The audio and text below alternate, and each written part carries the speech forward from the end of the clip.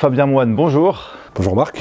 Merci d'accepter cet entretien pour Nexus. Avec grand plaisir. On te retrouve donc ici à Saintes pour l'occasion de cette 100e du Conseil scientifique indépendant. Tu es éditeur, auteur, réalisateur et aussi éducateur de santé. Tu nous diras un peu plus ce que c'est. Tout d'abord, pour résumer un petit peu ton parcours, qu'est-ce que tu fais depuis 3 ans? Comment est-ce que tu t'es fait connaître depuis le début de cette crise Covid, depuis 3 ans qu'on vit dans un monde qui a complètement changé? Ouais, alors en gros, j'ai depuis 2013 une chaîne YouTube qui comptait, avant il y a 3 ans, 60-70 000 abonnés. Et donc je donnais des informations de santé, j'avais fait 300-400 vidéos autour de la santé, parce que mon travail c'était éducateur de santé, donc en consultation individuelle. Et puis également j'enseignais dans des écoles de naturopathie, je faisais des conférences, des formations, etc. Et j'ai réalisé un premier film documentaire en 2019 sur le jeûne à la croisée des chemins, et pour le mettre au cinéma. J'avais le rêve de fonder une maison d'édition, je me suis dit est-ce que je peux être à la fois distributeur et éditeur? Oui, dans les statuts. Et donc j'ai lancé cette maison d'édition, dont le premier livre, un livre qui s'appelle Les ondes de la 5G et la santé, en janvier 2020. Et donc au mois de février-mars 2020, ça commence à sentir un petit peu le roussi, et là je commence à faire des vidéos sur le système immunitaire, sur la santé, et puis de dire ouais, attention aux informations, on n'est pas obligé de céder à la peur. Justement, toutes ces 400 vidéos que j'avais faites, je disais aux gens, appuyez-vous dessus. Et en fait, il y a des principes, quoi. Un système immunitaire affaibli, des défenses immunitaires basses, un déficit en vitamine D, en zinc, etc., conduit à avoir un terrain affaibli, à être plus vulnérable à ce qui pourrait tourner de manière extérieure, qu'on pourrait appeler microbes, virus, parasites. Donc ça, je fais ça dès février 2020. Premier confinement arrive, et là je dis comment je peux faire. Donc je me positionne un peu plus, parce que c'est des sujets quand même que j'observe depuis longtemps, les géopolitiques, enfin voilà, sans rentrer dans les détails, je m'intéresse beaucoup à ça depuis une vingtaine d'années. Et je me dis, je vais pouvoir utiliser le médium de l'édition pour pouvoir véhiculer des idées. Et là j'ai réédité en même temps le discours de la servitude volontaire d'Étienne de la Boétie, préfacé par Raoul Vaneigem, qui est un philosophe situationniste belge, qui a 88 ans, et également Note sur la suppression des partis politiques de Simone Veil, qui sera ensuite préfacé par Étienne Chouard. Et donc pour dire, tout de suite, il faut de la nourriture intellectuelle. Donc ça, c'était au mois d'avril, parce que là, c'est par la servitude et par notre consentement qu'on est en train de faire effondrer l'état de droit et la libre circulation. Et après, immédiatement, pour moi, dans la santé, ça intègre aussi la santé mentale, le bien-être global, l'émotion de peur qui pétrifie et qui statufie les individus en les faisant possiblement abdiquer contre leur consentement. Eh bien, j'essayais de mettre ça en avant. Et puis pendant les confinements, j'allais dans les bois. Et puis tous les jours, je faisais des vidéos en expliquant un jour la respiration, un jour l'alimentation, un jour la gestion des émotions, un jour l'activité physique, pour dire renforcez votre terrain, n'ayez pas peur. Et puis naturellement, après, je me suis mis en lien avec des gens comme d'abord Louis Fouché, qui m'a demandé d'être premier lien, de coordonner Réinfo Santé. Et donc ça, c'était en octobre-novembre 2020. Et voilà, et puis on a fait une série de 6 interviews avec Louis. Qu'on peut retrouver où? Qu'on retrouve sur ma chaîne YouTube, il y en a quelques-unes qui ont été censurées. Voilà. Mais sinon, on les retrouve quand même sur ma chaîne YouTube. Donc, le nom de la chaîne, c'est laquelle? Fabien Moine, Exuvie TV.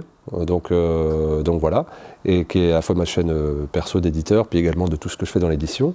Et donc, Louis, ça a été une rencontre intéressante, parce qu'on avait échangé pas mal au téléphone. Lui, il s'intéressait à la santé naturelle. Moi, évidemment, je collabore avec des médecins depuis beaucoup de temps. Et puis, on se dit, tiens, on se fait une interview. On se dit, on se fait une interview de 3/4 d'heure, 1 heure en Zoom. Puis, c'est une interview qui a duré 6 heures. Donc, on l'associe, c'est ainsi parti. Puis, voilà, c'était... Puis là, j'ai rejoint Réinfo, mais à travers l'aspect santé globale. Et donc voilà comment l'engagement s'est fait pour moi hyper naturellement, je dirais dès le départ, parce que les voyants se sont allumés chez beaucoup de gens qui s'informaient déjà de ce qui pouvait se passer et qui avaient l'œil un petit peu hors de France et en dehors du confort médiatique mainstream, comme on peut dire. Comment on se rééduque à la bonne santé? Alors, la première chose, je parlais là je parlais de culture, de s'ouvrir à autre chose. On a la santé par mimétisme, donc par héritage culturel, familial, systémique. Et puis en fait, c'est à quel point on va se pousser dans l'inconfort. Faire du sport, c'est chiant, faut sortir, faut transpirer, ça fait mal. Se frustrer au niveau de l'alimentation, quand ça devient un palliatif émotionnel, c'est chiant. Après, plutôt rester devant l'écran. Donc en fait, il faut avoir des gens autour de nous qui nous montrent que ça demande un effort et que notre libre arbitre est sollicité tout le temps. C'est pas de dire je dois être rigoriste. C'est-à-dire, bah ouais, en fait, si je mange bien, par exemple, les jeunes maintenant qui font beaucoup de muscu, de fitness, ils appellent ça le cheat meal. Pas obligé de mettre un plat anglais pour dire ouais, j'ai droit à un repas d'écart dans la semaine. Moi, par exemple, la façon dont j'éduque mon fils, je dis ça, c'est la vraie nourriture. C'est ce qui sert pour nourrir les cellules. Mais il y a la nourriture plaisir. Mais tu ne peux pas prendre que de la nourriture plaisir et un petit peu de nourriture santé. Donc prends la nourriture santé et quand ton corps va bien, quand ta tête va bien, tu te fais plaisir. En gros, tu vas. Et par contre, si tu sens que ça te fait un effet secondaire, que tu n'es pas bien, tu as mal au ventre, tu mouches, tu craches, tes émotions sont un peu parce que bah, voilà, tes hormones sont un peu déséquilibrées parce que tu manges trop peut-être d'additifs, de choses comme ça, bah, c'est pas bon. En fait, c'est l'écoute de son corps. Donc c'est vraiment de l'éducation à la santé. C'est pour ça que j'ai plusieurs diplômes dans la santé, mais le titre que je préfère, c'est l'éducation à la santé, parce que la personne elle-même seule sait ce qui est bon pour elle, mais on doit l'éduquer à s'écouter. On a tellement de possibilités de distraction et d'influence, qu'en définitive, on est plus en dehors de nous-mêmes qu'en nous-mêmes. Et que fuir cette distraction, et puis écouter son ressenti. Il y a plein de gens qui venaient en consultation me voir, me disaient à chaque fois que je mange ça, ça fait ça. Le mange plus. Oui, mais le professeur Intel, il disait que c'était bon. Oui, mais il n'est pas dans ton corps. Donc c'est apprendre à s'écouter, avoir des piliers fondamentaux de base de connaissances. Et moi, mon principe, c'est faire les choses bien à 75%.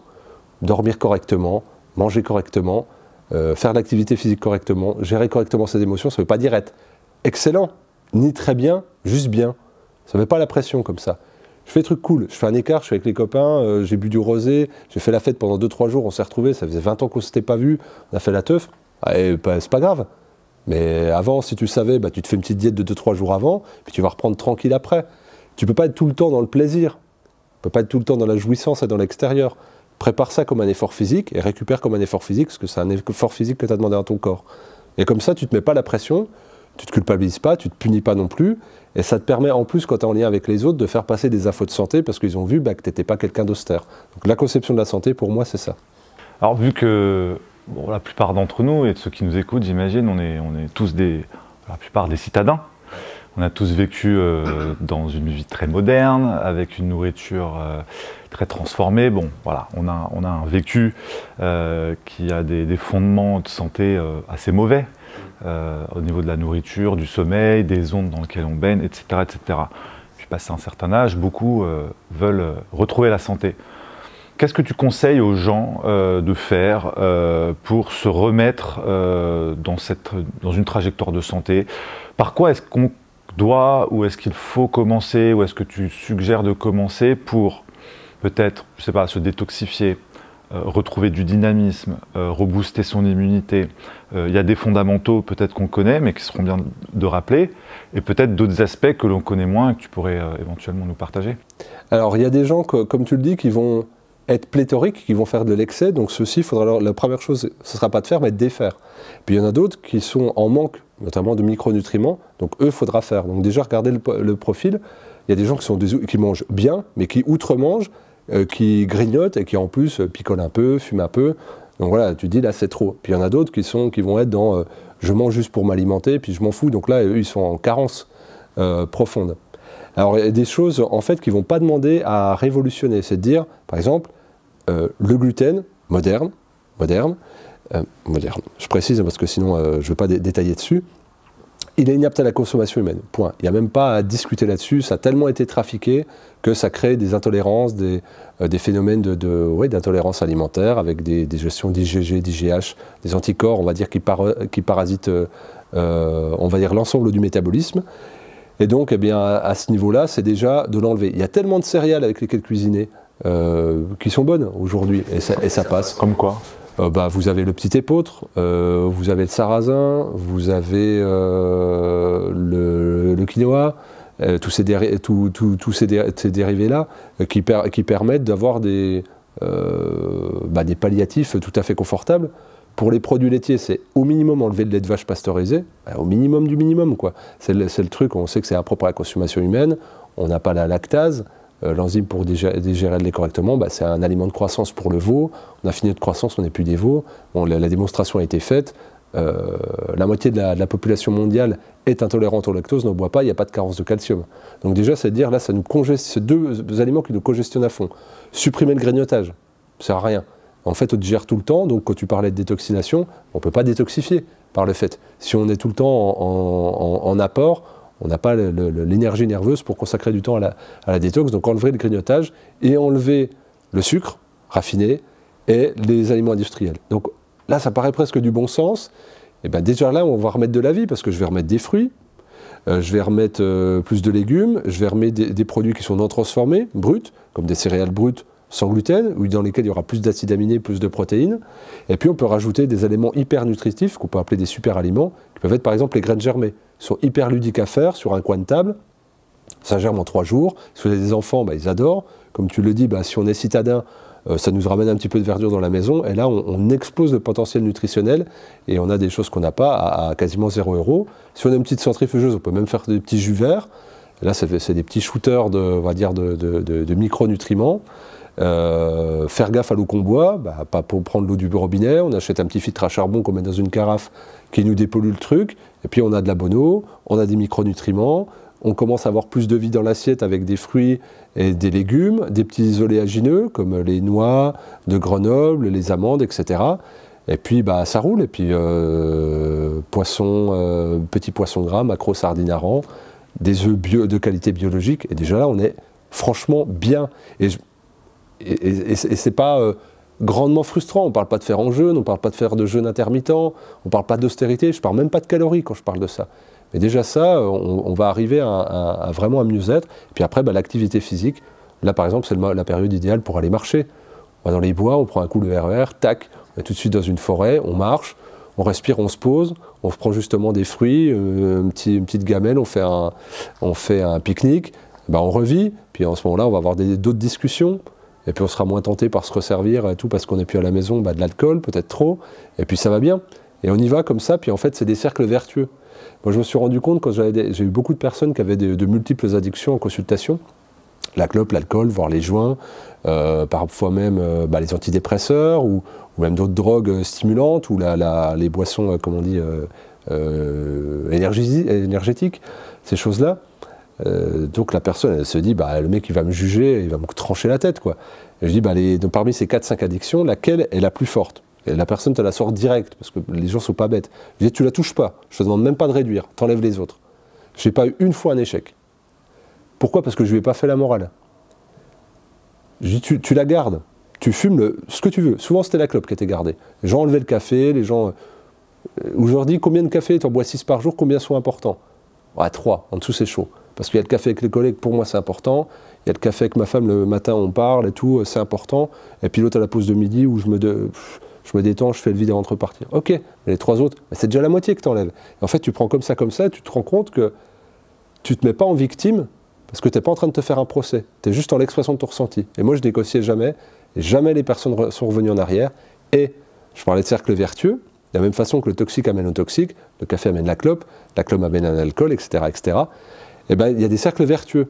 Donc en faisant ça, la personne, souvent l'addiction la plus forte c'était la clope, elle arrêtait d'elle-même, et du coup elle était hyper fière, parce que personne ne lui avait demandé, personne ne lui avait fait d'injonction, c'est elle-même qui avait choisi de diminuer puis d'arrêter. Et c'est souvent ce mécanisme-là. On a une société qui est beaucoup dans le jugement, dans l'injonction, les réseaux sociaux facilitent pas ça. C'est dur d'exister parce que tout le monde, pourquoi tu devrais faire ci, devrais faire ça. Moi, à chaque fois que je m'expose, t'as vu ta tronche, tu prétends faire la santé, mais là, j'ai pas dormi depuis 2 jours pour te faire une vidéo gratos. Et donc, bref, donc c'est tout le temps comme ça. Et donc, c'est dur de s'extraire de ça. Quelle félicité quand on arrive à faire quelque chose par nous-mêmes. On sait qu'être mauvais, on n'a pas besoin d'entendre nous dire, on sait que l'alcool c'est pas bon, on sait que la clope c'est pas bon, on sait que le manque d'activité physique c'est pas bon, on n'a pas besoin de se l'entendre dire. On a besoin de s'entendre que, ouais, c'est dur, qu'est-ce qui serait le plus facile pour toi? Et puis là, on nous enlève un poids. Et ça, c'est la vraie pédagogie pour moi. Alors justement, après cette base, il y a quoi? Il y a le jeûne, les compléments alimentaires. Est-ce que tu peux me parler de ces deux aspects-là? C'est des choses qui sont assez maintenant développées sur Internet.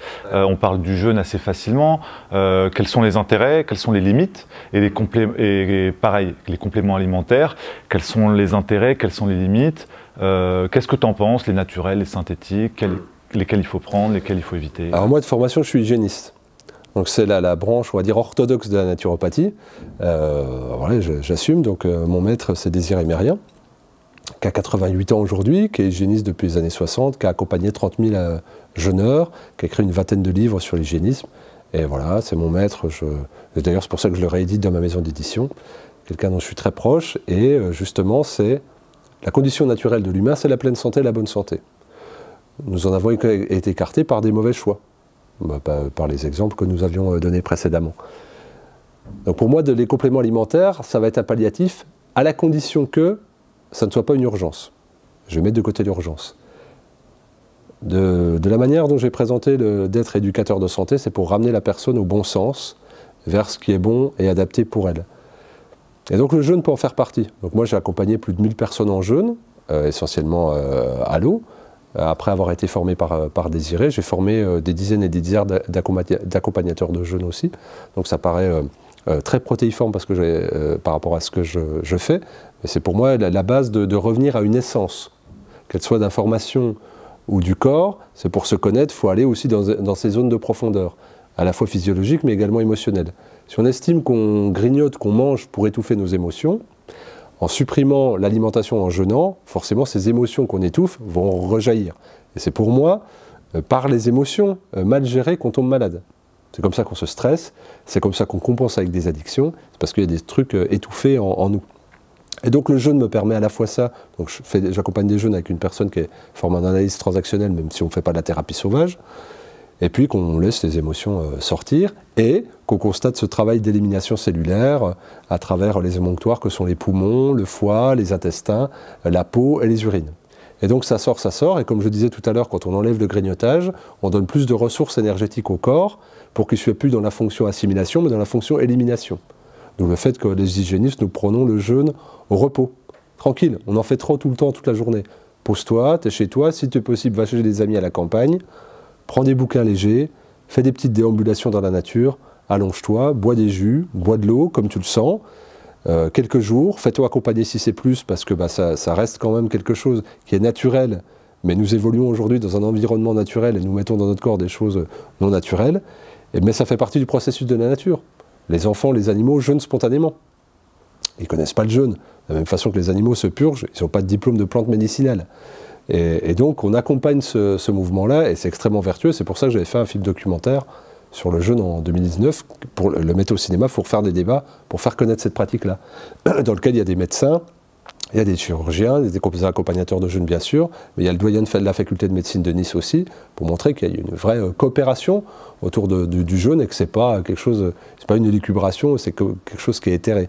Non, c'est vraiment la physiologie. Et donc du coup, pour moi, c'est un outil de santé normal.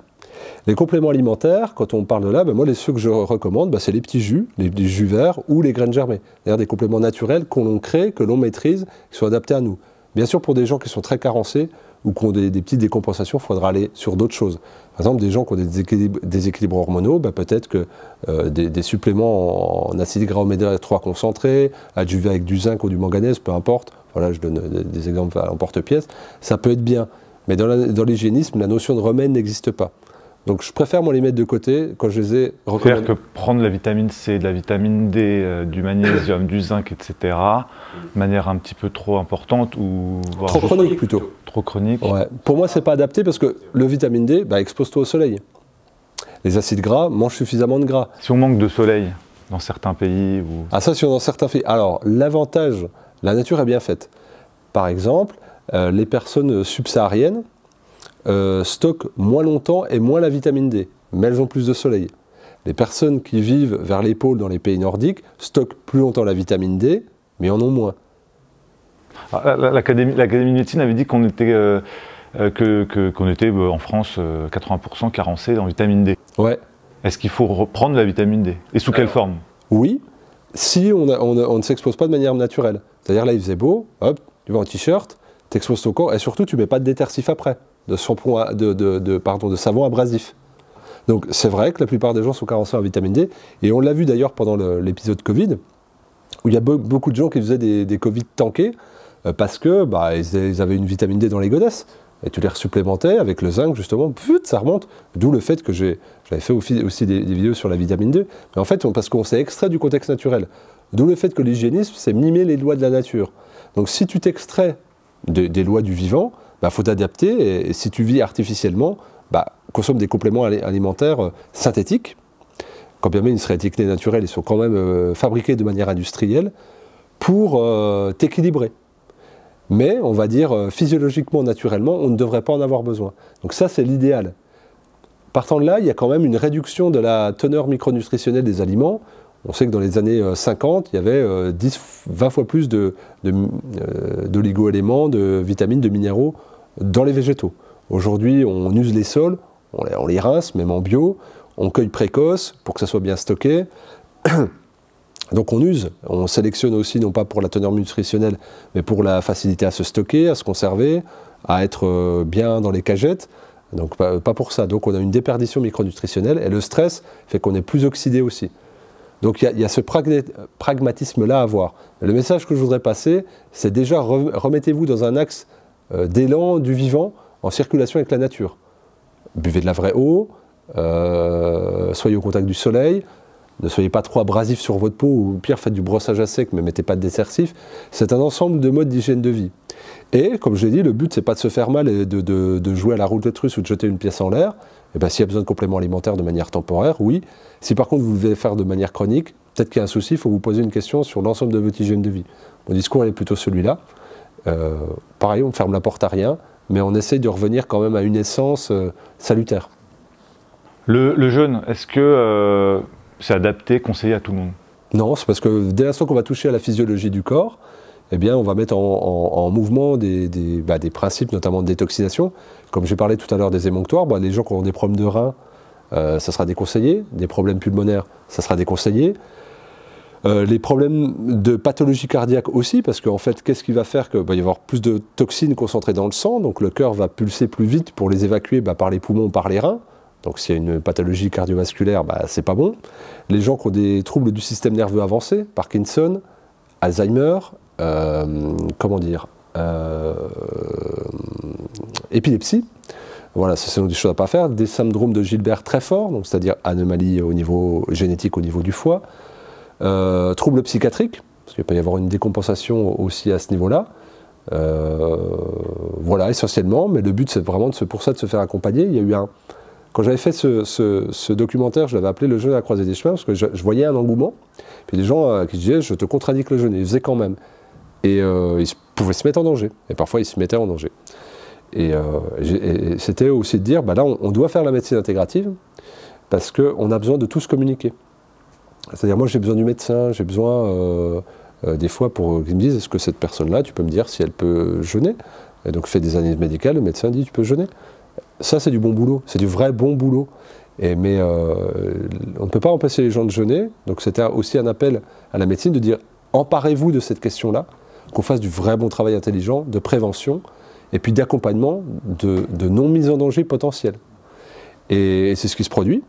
De plus en plus de médecins, moi j'ai formé beaucoup de médecins à l'accompagnement de jeunes, on me demande d'intervenir aussi auprès de médecins. Ils sont ouverts d'esprit pour travailler comme ça sur des... Alors c'est toujours pareil, on l'a vu avec la crise Covid, il y a quand même un dogme qui règne dans la médecine, donc c'est pas... mais ceux qui sont ouverts sont vraiment ouverts. Et d'ailleurs je remercie la crise Covid, je n'ai jamais échangé avec autant de médecins que depuis cette crise, c'est fantastique, d'où les projets de santé intégrative qui pullulent. Donc j'en suis ravi. Et donc oui, il y a beaucoup de médecins ouverts. En fait, ils voient les limites de leur pratique et eux-mêmes essayent. Il y a plein de gens curieux en fait. Souvent on me dit la médecine c'est nul. Je dis t'as pas le droit de dire ça. C'est interdit. Tu peux dire tel médecin est un salaud, tel médecin s'est perjuré, tel médecin est corrompu. Oui, il n'y a pas de problème. Mais tu peux pas amalgamer un groupe. C'est-à-dire tous les médias sont pourris. Ça veut dire que Nexus est pourri aussi? Non. Donc on peut pas amalgamer. Tu me dis les médias mainstream ou les médias de la télévision, je peux te dire ok. Tu me dis les médecins de plateau, je peux te dire ok. Mais tu peux pas me dire les médecins que je connais, qui font avec leur cœur, qu'en chie, qui sont harcelés par leurs ordres, qui sont démis de leurs fonctions, qui sont dénoncés par leurs collègues, ceux-là, ils soignent leurs patients. Donc il y a plein de gens ouverts. Mais justement, c'est vrai que le Conseil de l'ordre des médecins s'abat sur ceux qui veulent essayer de faire différemment, et pas que sur les médecins. On voit aussi l'État, le ministère de la Santé, ou la Miviludes, Ouais. qui s'abat sur les naturopathes, certaines pratiques alternatives. Ouais. Toi-même, tu en as fait les frais. Est-ce que tu peux nous donner 2-3 informations là-dessus? Bah, le but, c'est vraiment on l'a vu déjà avec l'homéopathie. Ça donnait un premier signal, c'est-à-dire que les homéopathes se sont fait dézinguer.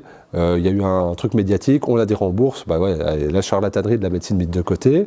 Et comme ça, c'était fait. Donc les homéopathes ont été pressurisés, les formations en homéopathie ont été bien investiguées.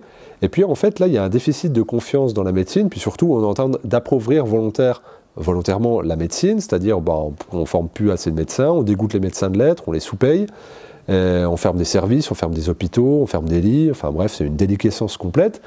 Donc les gens, de manière opportuniste, ils ne peuvent plus être soignés, donc ils vont vers les médecines dites alternatives ou complémentaires, ou parallèles. Mais ça manque à gagner quand même. Donc là, il faut bien comprendre que nous avons des ministres de la Santé qui sont greffés au lobby, et là c'est pas du complotisme, il y a juste à voir Madame Buzyn, les liens d'intérêt qu'elle a, ou alors les conflits d'intérêt d'une de ses prédécessrices, qui est encore ministre, Madame Bachelot, qui était carrément actionnaire dans un laboratoire où par le ministère de la Santé elle s'achetait. Donc on est dans une vaste corruption qui s'acoquine. Et donc du coup les médecines complémentaires sont pas là-dedans, donc il faut les faire tomber. De mon point de vue, j'ai eu plusieurs diffamations, que ce soit dans RTL, que ce soit dans Marianne, la presse locale, et puis là il y a dernièrement France Inter. Il y a 2 semaines, je crois, oui, avec Miviludes, que je serais un gourou sectaire. Et donc France Inter est venu faire un reportage d'1h30 sur moi.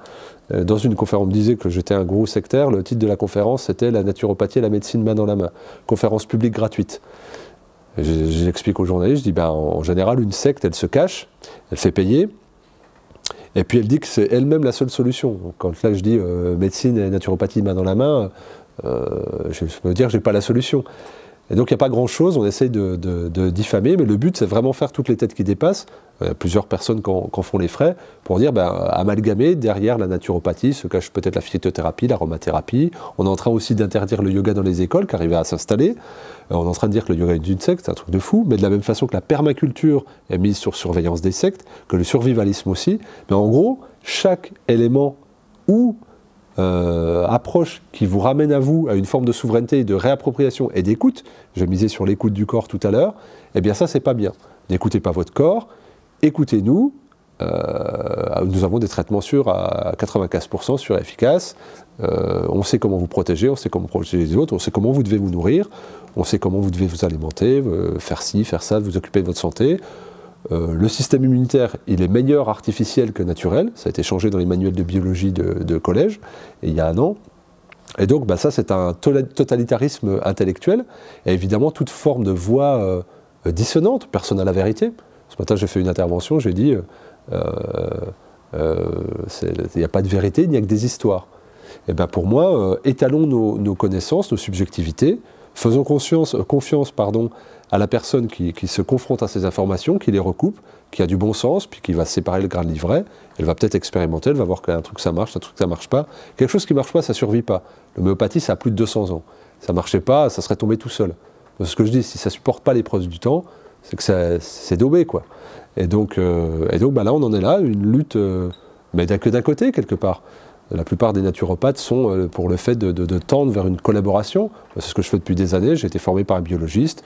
Je suis avec des médecins constamment, des infirmiers, des chirurgiens.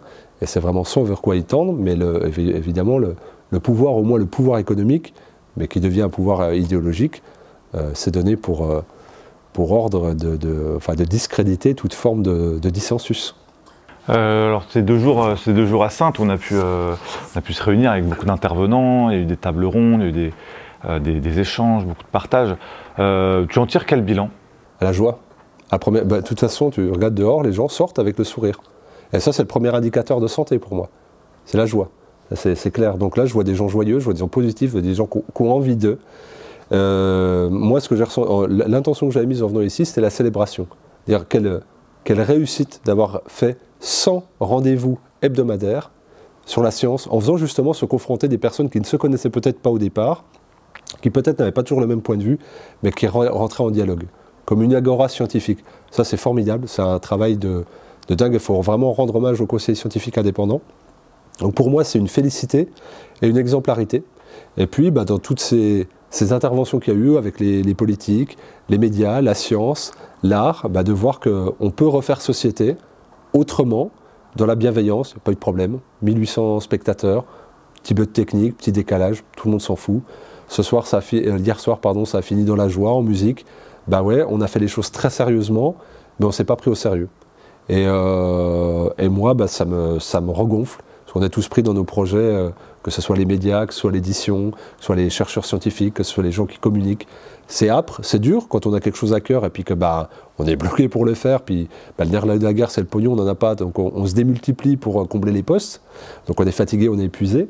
Mais avec les tripes, on y va. Donc moi, c'est une immense gratitude de connaître toutes ces personnes-là, d'être en lien, et puis de voir que dans nos coins, puis des fois de manière synchrone, on arrive à créer des projets. Donc moi, c'est que du positif, mais pas une once de négatif. Et ça donne envie, justement, de multiplier ces approches-là et de montrer au grand public, regardez comme c'est possible de faire société. On voit des débats médiatiques, les gens se coupent la parole, ils s'écoutent même plus, ils n'écoutent même pas l'autre, en fait. Ils attendent de répondre quand l'autre aura interrompu son bruit. Ça n'a vraiment pas de sens. Et donc là, c'est des gens qui se sont écoutés. Les micros ont circulé et tout le monde était en lien avec le public. Les intervenants étaient disponibles pour être apostrophés, pour discuter. Ça, c'est le schéma horizontal et humble qu'il faut déployer pour avoir une société plus humaine et attentive et en dehors de la violence qui devient une norme. Quels sont pour finir, tes prochains projets? Là, tu viens de sortir un ouvrage qui s'appelle comment déjà? Soignants suspendus, citoyens d'avant-garde, sous-titré Fractal et chaos d'une société nouvelle.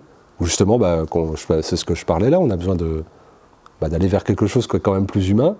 Pour moi, les soignants suspendus nous ont montré la voie. C'est-à-dire on est capable de tourner le dos à nos collègues, à notre famille, à notre revenu, ce qui corrompt quand même beaucoup de choses, l'argent, pour écouter cette petite voix intérieure qui nous dit il y a un truc qui merde, je ne suis pas en accord avec mes valeurs, et je vais en perdition, quoi. Donc j'ai essayé de faire une analyse un peu sociologique et anthropologique, de dire on est dans une initiation douloureuse avec nous-mêmes, et on doit s'agréger à un groupe, parce que l'humain est un être de lien. Les soignants suspendus, eux, se sont désagrégés, ils sont revenus seuls, ils se sont isolés avant de se regrouper avec le syndicat Liberté Santé, les collectifs unis, les essentiels, peu importe, des super initiatives. Et en fait, il y a soit l'abdication de cette souveraineté-là et on s'agrège à un groupe où le vrai virus, on va dire, c'est le formalisme, le consensus mou, l'aspect normatif. Et puis le rite, ça sera de se faire injecter X ou Y fois ou d'avoir un QR code pour avoir droit d'être dans de ce groupe-là. Puis un autre groupe, on va dire, où c'est douloureux, c'est ce qu'on dit, c'est âpre, c'est le rituel, on accepte ça, mais on grandit. On grandit avec soi, on grandit avec l'autre, on est soutenu par l'autre, et on s'agrège à des petits groupes, là c'en est un, mais il y en aura plein d'autres en local, plein qui sont étoilés, et qui nous permettent de faire société autrement, et avec le courage et non la peur comme moteur. Ça c'est le principe du livre, et donc le prisme de lecture de ce chaos social, c'était les suspendus, que j'ai bien décortiqué à travers, ça fait 1 an maintenant que mon film Suspendu des soignants entre deux mondes tourne partout en France. On a fait 12 000 entrées en salle, en étant bien censuré aussi, avec des manifs, des gens qui bloquaient, des déprogrammations, des députés, des sénateurs, des élus qui interdisaient. Vaille que vaille, on y est allé. Et c'est passé partout. Tu ne nous laisses pas à droite, on va aller à gauche, tu ne nous laisses pas aller à gauche, on va reprendre une bifurcation par en dessous. Et on y est allé, et ça oui, c'est douloureux, c'est âpre tous les jours, mais pour moi c'est un rituel, et avec des rencontres incroyables, quand la personne te tape sur l'épaule en disant « je vais t'aider ». J'ai envie de t'aider, puis alors quand toi tu es en train d'être démoralisé, tu es regonflé. Et mes projets c'est ça, c'est d'essayer d'être en lien avec des gens qui ne communiquent plus mais qui communient. Et donc l'édition, je le vois comme ça, la transmission d'informations, je le vois comme ça. Et c'est ce que j'ai essayé de mettre, ce petit opuscule, qui montre un côté subtil et un peu...